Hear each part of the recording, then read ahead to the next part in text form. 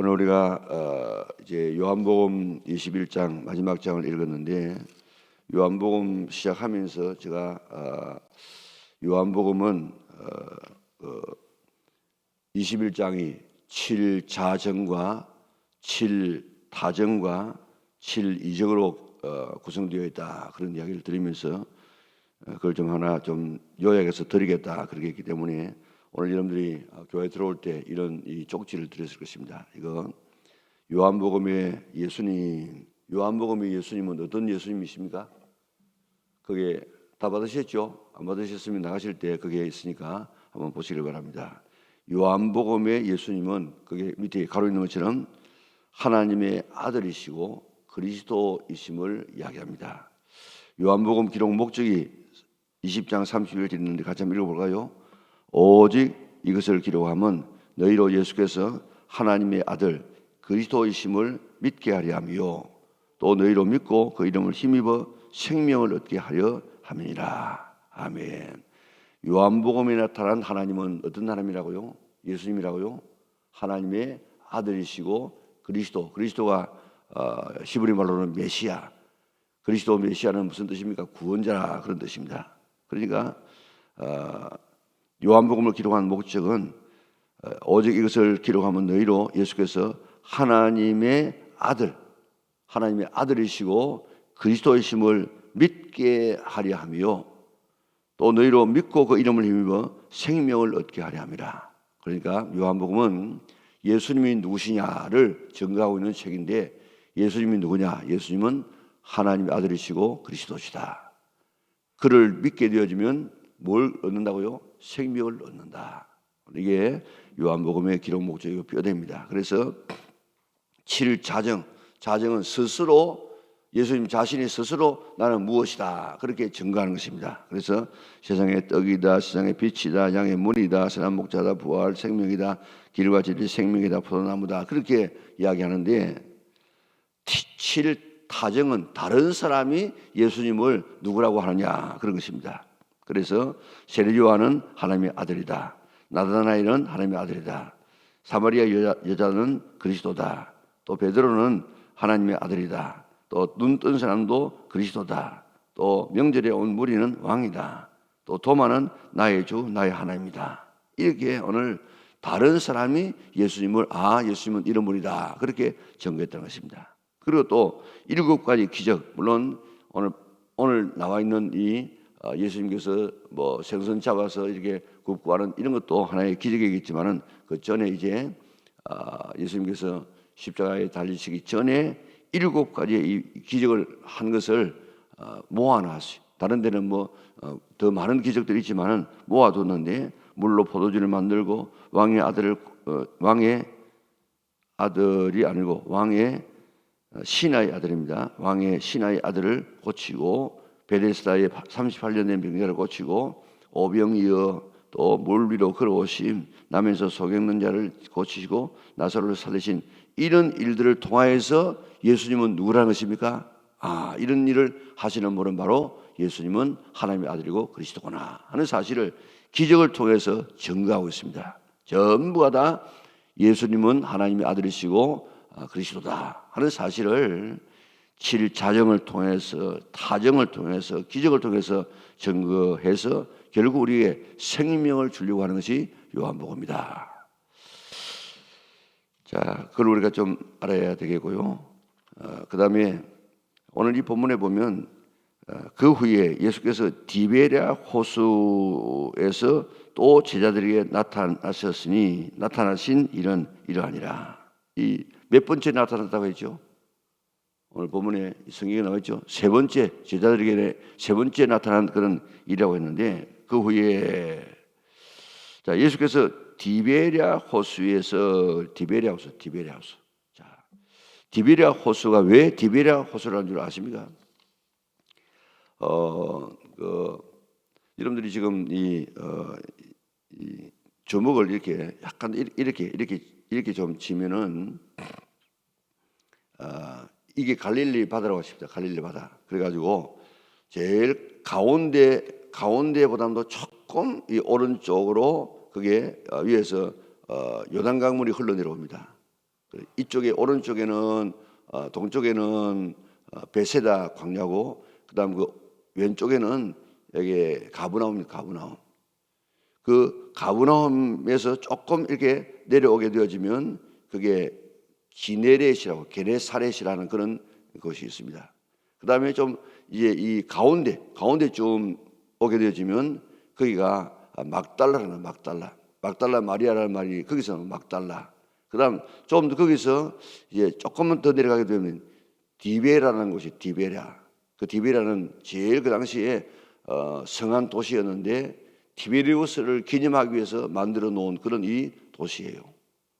그래서 지금 여기에 게네사렛, 막달라, 기네렛이는 이 하프라고 해요. 하프. 이 갈릴리 바다 생긴 모양이 하프 같이 생겨가지고 이를 하프라, 기네렛이라 그렇게 합니다. 그리고 막달라, 그리고 밑에 디베리우스, 디베랴, 그렇게 이름을 외우기 쉬운 것은 가버나움, 게네사렛, 막달라, 디베랴, 그렇습니다. 가게를 막 닫아버리려고 이렇게 하면 됩니다. 가게를 막 닫아버리려고, 그러면 우리 쉽게 이해할 수 있습니다. 가브나움, 게네사렛, 막달라, 디베랴. 가게를 막 디비려고 이렇게 하면 되겠죠. 자, 그러니까 그래서 지금 이 오늘 본문이 디베랴라고 하는 이 바다가 지금 왜 있는가 하면, 이게 티베리우스는 디베랴라고 하는 이 제일 성한 도시가 있기 때문에 이 바다를 디베랴 바다라 하기도 하고, 또 가브나움 밑에 게네사렛이라는 곳이 있기 때문에 게네사렛 호수라 그렇게 하기도 하고, 또 이 호수가 갈릴리 지역에 있기 때문에 이 호수를 갈릴리 바다라 한다. 여러 가지죠. 갈릴리 바다, 또 게네사렛 호수, 디베랴 바다, 이런 세 가지로 지금 이게 이름이 덜미가 지는데, 그 후에 예수께서 디베랴 호수에서 또 제자들에게 자기를 나타내시면 이러하니라 하면서 예수님께서 세 번째 나타났다는 이야기를 하고 있습니다. 자, 그런데 오늘 본문에 보니까 3절에 보니까 시몬 베드로가 나는 물고기 잡으러 가노라 하니 그들이 우리도 함께 가겠다 하고 나가서 배에 올랐으나 그날 밤에 아무것도 잡지 못하였더니 아무것도 잡지 못한 것이 지금만 있습니까? 또 언제 있었죠? 누가복음 5장에 보면은 밤새도록 그물을 던졌는데 한 마리 고기도 잡지 못했다고 이야기했습니다. 오늘 이 밤도 마찬가지라. 자, 베드로가 한 마리의 고기도 잡지 못했을 때에 그때 어떤 일이 있었습니까? 그때 예수님을 진짜 만났다고요. 예수님이 어떤 분인가를 그때 그날 새벽에 알았다고요. 그래서 예수님께서 깊은 데로 가서 그물을 던져라. 그래서 던졌더니 고기가 2배나 가득하게 잡혀지고, 그것 때문에 제자의 길을 이제 떠나지 않습니까? 오늘 이 본문에도 보면 지금 밤새도록 고기를 잡았는데 아무것도 잡지 못하였더니 빈 그물, 빈 배입니다.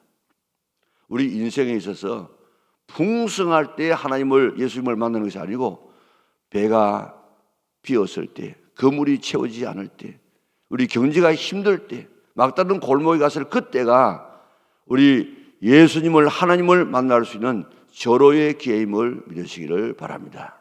물질 하나도 없다고 할지라도 예수님만 만나면, 하나님만 만나면 가장 복된 그런 사람이 될 수 있기 때문에 예수님은 이렇게 빈 그물을 통하여서 예수님이 어떤 분인가를 지금 보여주지 않습니까? 그걸 여기도 지금 빈 그물 때문에 진짜 예수님이 어떤 분인가를 지금 만나서 또 새로운 제2의 출발하는 모습을 볼 수 있습니다.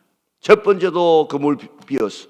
두 번째도 그물 비어가지고 이제 제자의 참 길을 걸어가는 그런 모습을 바라보면서 우리의 삶에 어려움이 있고 경제가 힘들고 이럴 때마다 낙심하지 말고, 이때 영적으로 더 부여할 수 있는 정말 진정한 복을 받을 수 있는 기회구나 생각하고 나가면 우리 그것이 더 큰 복이 되는 줄 믿으시기를 바랍니다. 자, 이제 날이 새어갈 때에 예수께서 바닷가에 서셨으나 제자들이 예수신 줄 알지 못하는지라. 예수께서 이르시되 얘들아 너에게 고기가 있느냐. 대답하되 없나이다. 이르시되 그물을 배 오른편에 던지라. 그리하면 잡으리라 하시니 이에 던졌더니 고기가 많아 그물을 들 수 없더라. 예수께서 살아계신 제자가 베드로에게 이야기를 주님이다. 그러니까 베드로는 옷을 벗고 있다가 입고 첨벙 뛰어내려 가지고 예수님께 걸어오고, 그런 다른 제자들은 육지에서 한 100m쯤 되어 50간쯤 50규빗쯤 되어지니까 이는 한 100m 정도 되어지는데 배를 타고 지금 나왔습니다. 구절에 보니까 육지에 올라가 보니까 숯불이 있는데 그 위에 생선이 놓였고 떡도 있더라. 이거 예수님께서 어떻게 말이 나는지 모르겠는데 하여튼 예수님께서 말이 놓았어요. 예수께서 이르시되 지금 잡은 생선을 좀 가져오라. 그래가지고 시몬 베드로가 올라가서 그물을 육지에 끌어올리니까 얼마나 고기가 많은가 하면 153마리입니다. 이게 지금 성지에 가게 되어지면 그 고기가 주로 이 베드로 고기라 해가지고 향하고 비슷해요. 그래가지고 우리 손바닥 정도 되는 그런 고기입니다. 근데 그 당시에 뭐 조그마한 배가 153마리, 손바닥만한 것이지만 153마리를 잡았다면 굉장히 많이 그런 잡은 것인데, 그런데 12절에 보니까 예수께서 이르시되 와서 저번을 먹어라 하시니 제자들이 주님이신 줄 아는으로 당신이 누구냐 감히 묻는 자가 없더라. 예수께서 가셔서 떡을 가져다가 그들에게 주시고 생선도 그와 같이 하시니라. 이것은 예수께서 죽은 자 가운데서 살아나신 후에 세 번째로 제자에게 나타나신 것이라. 자, 오늘 이 본문을 가만히 바라보면, 자, 9절에 보니까 육지에 올라보니 숯불이 있는데 그랬습니다. 이 숯불 보면 뭐가 생각나겠습니까? 베드로가 숯불 쬐다가 예수님 부인한 것 기억나겠죠. 또 갈릴리는 또 왜 갈릴리에서 만납니까? 예수님께서 처음 그를 불렀을 때겠죠. 자, 이렇게 또 고기가 많이 잡혔을 때 조금 전에 말씀드린 것처럼 첫 번째 고기가 많이 잡혔을 때 그때 예수님의 제자로 부름받았죠. 이 모든 것이 다 지금 베드로의 처음의 상태를 지금 돌아가게 하는 것입니다. 그래서 하고 내가 처음 이렇게 부름받았지. 그리고 내가 불째다가 내가 이 예수님 모른다고 부인했지. 여러 가지가 지금 복합적으로 지금 베드로의 본질, 베드로의 자기 자신을 지금 찾는 그런 기회가 되어졌습니다. 그리고 오늘 여기에 왜 숯불로 피워놓고 떡도 굽고 생선도 먹습니까? 이게 지금 예수님께서 정말 부활하셨다는 사실을 보여주고 있지 않습니까? 뭐 이런 영으로는 먹지 못하지요. 그런데 예수님은 영으로만 부활하신 것이 아니고 육체적으로 부활했다는 사실을 확실히 지금 보여주기 위해서 이런 이 떡도 잡숫고 생선도 잡숫고 불도 피워놓고 하는 이런 모습을 볼 수 있습니다. 그래서 오늘 본문이 뭐라고 이야기하고 있습니까? 살아나신 후에 세 번째로 제자에게 나타나신 것이라. 예수님은 정말 육체적으로 부활했다는 사실을 확실히 믿는 성도들 되시기를 바랍니다. 그리고 15절에 보니까 그들이 조반 먹은 후에 예수께서 시몬 베드로에게 이르시되 요한의 아들 시몬아 네가 이 사람들보다 나를 더 사랑하느냐. 자, 여기 이 사람들 해가지고 그게 이 해가지고 보면 또는 것들보다 그랬는데 제가 이 말씀을 가만히 한번 보니까 자, 세 번 물었죠. 자, 처음에는 이 사람들보다 나를 더 사랑하느냐. 아마 두 번째는 지금 잡아놓은 내가 밤새도록 잡으려고 했던 고기가 지금 153마리 잡혔으니까 이것들보다도 나를 더 사랑하느냐. 또 세 번째는 이 베드로가 지금 고민하지 않습니까? 그때는 뭐라고 물었을까? 네 자신보다도 내 생명보다도 나를 더 사랑하느냐. 왜냐하면 누가복음 14장에 보면 예수님의 제자가 될 수 있으려고 하면은 혈연을 초월해야 돼요. 물질을 초월해야 돼요. 자기 자신을 초월해야 돼요. 그리고 십자가 지야만 주의 길을 따라갈 수 있다고 이야기했는데 오늘 이게 세 번 물은 것도 요한의 아들 시몬아 네가 나를 이 사람들보다도, 여기 이 사람들이 누구겠습니까? 자기의 형제 안드레도 있을 것이고 또 뭐 부모도 있을는지 모르겠습니다. 하여튼 혈연보다도 사람들보다도 나를 더 사랑하느냐. 두 번째는 이 잡은 물질보다도 나를 더 사랑하느냐. 너 자신의 생명보다도 나를 더 사랑하느냐. 아마 그렇게 주님께서 물으신 것 같아요. 첫 번째는 딱 정확하게 말씀을 해놓았지만 우리가 어떻게 주님을 사랑하라고 이야기했습니까? 우리의 마음을 다하고 우리의 목숨을 다하고 우리의 뜻을 다하고 힘을 다해서 주 너희 하나님을 사랑하라고 이야기했는데, 오늘 우리가 주님을 사랑할 때 혈연을 넘어서, 물질을 넘어서, 그리고 내 자신의 생명을 넘어서 주님을 사랑할 수 있는 우리 믿음의 온 권속들 될 수 있기를 바랍니다. 자, 오늘도 주님께서 우리에게 물으신다고 하면, 아무개야 네가 나를 사랑하느냐, 그렇게 물으시면 예, 내가 주님을 사랑합니다, 그렇게 대답할 수 있겠습니까? 우리 그런 복음서 있지 않습니까? 갈릴리 호숫가에서 주님은 시몬에게 물으셨네. 사랑하는 시몬아, 넌 날 사랑하느냐? 주님, 당신만이 아십니다. 한번 불러볼까요? 갈릴리 호숫가에서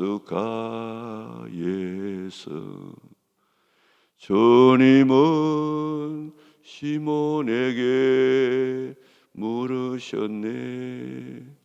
사랑하는 시몬아, 넌 날 사랑하느냐? 주님, 당신만이 아십니다. 우리 이름을 넣어가지고요, 갈릴리 호숫가에서 주님은 성진에게 물으셨네. 사랑하는 성진아, 넌 날 사랑하느냐? 주님, 당신만이 아십니다. 갈릴리 호숫가에서 주님은 성진에게 물으셨네. 사랑하는 성진아, 넌 날 사랑하느냐? 너 날 사랑하느냐? 너 날 사랑하느냐? 오늘 주님께서 나에게 너 날 사랑하느냐? 너의 혈연 부담도, 너 자식 부담도, 남편과 아내 부담도, 부모 부담도 나를 더 사랑하느냐? 너가 가진 지금 통장 돈 부담도 나를 더 사랑하느냐? 너 자신의 생명 부담도 나를 더 사랑하느냐? 그렇게 물으시고 있습니다. 뭐라고 우리가 대답하겠습니까? 같이 고백하겠습니다. 오 주님, 당신만이 아십니다. 우리가 주님을 사랑하라고 이야기했는데, 주님을 사랑하는 증거가 뭐라고 이야기했죠? 요한복음 14장 21절에는 나의 계명을 가지고 지키는 자라야 나를 사랑하는 자니, 나를 사랑하는 자는 내 아버지께 사랑을 받을 것이요 나도 그를 사랑하여 그에게 나를 나타내리라. 다시 말하면 주님을 사랑하는 자는 하는 증거는 주님의 말씀을 지키는 자예요. 기도하라 하면 기도하고, 우리 여러분들도 나오신 여러분들 참 감사합니다. 날씨 추운 가운데서. 그런데 기도하라 하신 주님의 말씀이 어디에서 우리가 나와서 기도합니다. 좀 더 나왔으면 좋겠어요. 그리고 아멘 해 사람 앞에 영광을 돌리라 그러면 우리가 아멘도 크게 하고, 또 성경 읽어라 그러면 성경 읽고, 안식을 기하여 거룩하게 지키라 하면 그 지키려고 애를 쓰고, 전도하라 하면 전도하고, 드리라 하면 드리고, 말씀을 지키는 이것이 주님을 사랑하는 증거가 된다는 것입니다. 오늘 말씀을 우리가 말씀의 포로가 돼서 한 말씀이라도 주면 그 말씀 지키려고 애를 써야지. 이는 하나님께서 무슨 말씀을 하든지 나는 뭐 그와 별 상관이 없어. 내 하고 싶은 대로 하는, 이게 지금 아담과 하와의 죄입니다. 우리 하나님 말씀을 지키려고 애쓰는 우리가 되어져야 할 것입니다. 그리고 사랑하면 뭐하라고 했습니까? 사랑하면 너 날 사랑하느냐? 예, 내가 주님을 사랑하는 줄 주님께서 아시지 않습니까? 그럴 때 사랑하면 뭐라고요? 네, 어린 양을 먹이라. 네, 어린 양을 치라. 오늘 우리 지금 좀 우리 교회에 좀 약한 것 하나 있는데 이 목장 이게 좀 강화를 하려고 애를 많이 쓰고 있습니다. 그런데 적어도 내가 좀 신앙적으로 이런 신앙의 어떤 선배가 되어지면 갓 어린 이런 양들을 치야 돼, 먹여야 돼요. 그 목장에서 먹여야 됩니다. 아버지님들 그 사명을 잘 감당해서 이 목자의 사명을 감당할 수 있는 우리가 되어져야 될 것입니다. 자, 그런데 이제 그 말씀을 하시고 난 다음에 이야기합니다. 18절에 보니까 내가 진실로 내게 이르노니 내가 젊어서는 스스로 띠뛰고 원하는 곳으로 다녔거니와 늙어서는 네 팔을 벌리리니 이는 내게 남이 내게 띠뛰고 원하지 않는 곳으로 데려가리라. 이게 베드로의 죽음에 관한 이야기 아니겠습니까? 젊어서는 네 마음대로 한다. 그러나 늙어지면 어떻게 한다고요? 늙어서는 네 팔을 벌리리니 남이 내게 띠뛰고 그랬습니다. 남이. 신앙이 성숙되어지면 이제는 지 하고 싶은 대로 하는 것이 아닙니다. 여러분들 지금 자꾸 지 하고 싶은 대로 하는데 그게 신앙이 아닙니다. 신앙은 남이 요구하는 대로 살아가는 것입니다. 그래서 내가 팔을 벌리니 남이 내게 띠뛰고 남이 내게 네 넥타이 이런 거 매라. 목사가 지금 넥타이 같은 이상한 거 막 이렇게 매고 오면 목사가 저래. 그런 것 때문에 제가 넥타이 하나 매는 것도 아주 신중하게 매려고 이랬습니다. 막 좀 철랑거리고 하고 싶지만 그래도 또 다른 사람이 목사가 뭐 저래. 그럴까 봐서 철랑거리지 않으려고 애렸습니다. 내가 띠뛰는 것이 아니라 다른 사람이 내게 띠뛰어줘요. 그 기대에 부응해서 살아가는 것이 성숙한 성도들의 모습입니다. 내 하고 싶은 대로 다 해버리지 말고 이제 남이 내게 요구하는 것. 바울처럼 내가 고기 안 먹는 것이 우상 숭배 안 하는 것인 줄 알고 있으면 나는 평생 고기 안 먹겠다. 그렇게 했던 이 베드로의 아름다운 신앙 있지 않습니까? 자, 오늘 이 아침에 나에게 이런 빈핍함은 하나님을 발견할 수 있는 그런 기회다. 그래서 베드로도 첫 번째 빈 건물 때문에 제자로 출발하고 또 두 번째 빈 건물 때문에 그는 다시 제자의 사명을 다시 출발하지 않습니까? 우리에게는 각가지 어려움이 있다고 할지라도 그것 때문에 낙심하지 말고 하나님을 만날 수 있는 절호의 기회로 삼아야 될 것입니다. 오늘도 주님께서 우리에게 묻습니다. 사랑하는 아무개야, 네가 나를 사랑하느냐? 예, 주님을 사랑합니다. 무엇보다도요? 혈련보다도 물질보다도 내 자신보다도. 주님을 사랑하는 증거가 뭐라고 했습니까? 주님의 말씀을 지키는 것입니다. 주님의 말씀을 지키는 사랑하는 사람에게 주님께서 요구하는 것이 뭡니까? 어린 양을 먹이는 것입니다. 오늘도 우리 주변에 있는 그런 좀 어린 시가족들 이런 사람들을 잘 지도하려고 애를 써서 주님의 명령에 순종할 수 있는 우리 영락의 온 믿음의 식구들 될 수 있기를 주님의 이름으로 축원합니다. 사랑하는 아버지 하나님 감사합니다. 오늘 아침도 저희를 그러한 성산에 불러주시고 우리를 향하신 하나님의 뜻이 무엇인지를 다시 한번 깨닫게 하시니 참으로 감사를 돌리옵나이다. 오늘도 주님께서 사랑하느냐고 물으시는 그 물음에 베드로처럼 만큼이라도 대답할 수 있는 저들 되게 도와주시고 사랑하기 때문에 계명 지키고 사랑하기 때문에 어린 양떼를 잘 돌볼 수 있는 저들 될 수 있도록 은혜 베풀어 주시옵소서.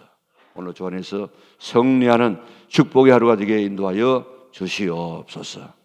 우리 교회를 축복하여 주시고 성령 충만한 교회가 되게 하여 주시고 하나님의 뜻을 이루어 나가는 교회가 되게 축복하여 주시며 코로나 빨리 종식되게 하여 주시고 나라의 지도자가 바로 잘 뽑혀질 수 있도록 은혜 베풀어 주시옵소서. 오늘 깊은 기도하고 돌아가는 복된 아침 되게 하여 주시기를 예수님이 거룩하신 이름으로 기도드리옵나이다. 아멘.